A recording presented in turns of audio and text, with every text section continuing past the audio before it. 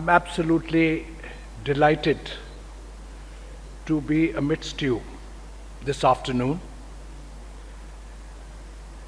But since the time is short and I have some ground to cover, let me straightaway go to the heart of the matter. The Moral Compass is a collection of 17 short stories on moral dilemmas, ethical dilemmas, which we all face in our day-to-day life, both at home and at work. When you read this book, you will be able to empathize with all the main characters, the protagonists of various chapters, simply because they are people like you and me, people who constitute middle or upper middle class India, and you will feel some sense of sympathy when they struggle to find answers to difficult questions. And when they do so, they have the courage to move on and walk what is often a less traversed road. There are two reasons why I wrote this book. First, I have, fortunately, with God's grace, 39 years of experience in public life behind me, and I thought this would be a good opportunity to share this experience. 6 of these years were tough years spent in an organization which advises the central government, public sector undertakings, and public sector banks, and NGOs funded by the government on disciplinary cases. So at the end of these 6 years, I had a pretty good idea, after dealing with about 18,000 such cases, as to why people deviate from the straight and narrow path. I thought it would be interesting to share these revelations with a larger audience. The second reason why I wrote this book was I found that when it comes even to the best of us, and I nowhere mean to include myself, but this is a problem I've also faced in my life, that when you have to take a decision which involves you personally, you become less than objective and fair. So the idea of writing this book was to do some research and find out how objectivity and fairness can be restored to such situations.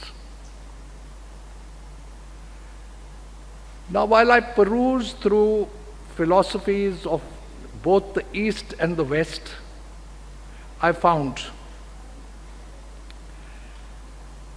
to my surprise, that there is a tremendous convergence, and it all revolves around finding out what is good conduct and then engaging in it.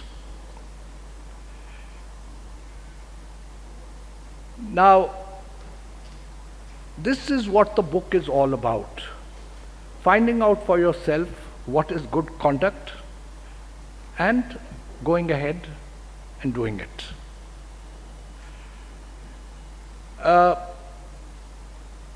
In a sense, you can say the book is all about dharma. This is a concept which is thousands of years old. Its beauty is that it's flexible. Each generation has reinterpreted it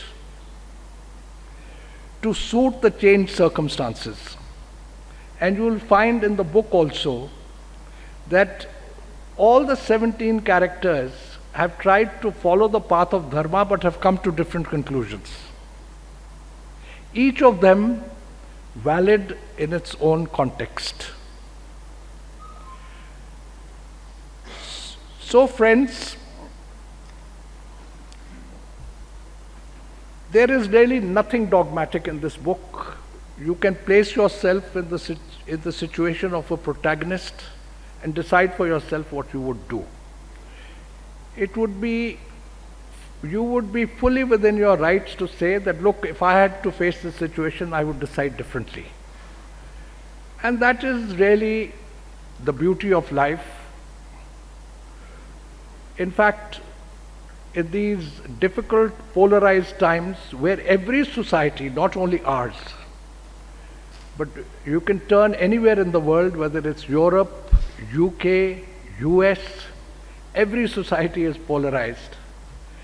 So, what this book does is, it tries to encourage a healthy debate and discussion, and that is one more reason why I feel this book may be worth a read. It would encourage you to introspect and find out for yourself what you want to do, but at the same time, it would allow others also to do that, so you can have a variety of different perspectives on the same situation. May I simply conclude now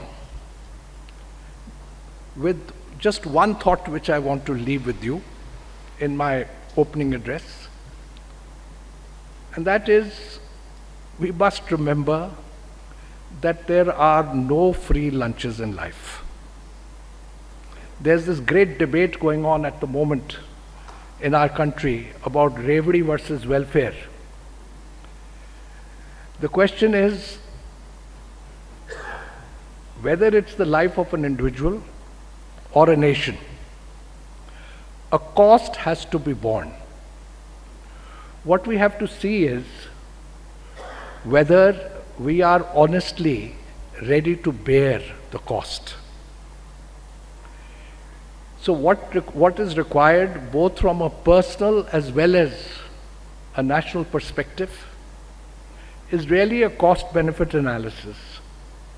And in this cost-benefit analysis, ethics does play an important role. So may I now conclude my opening remarks. Thank you very much.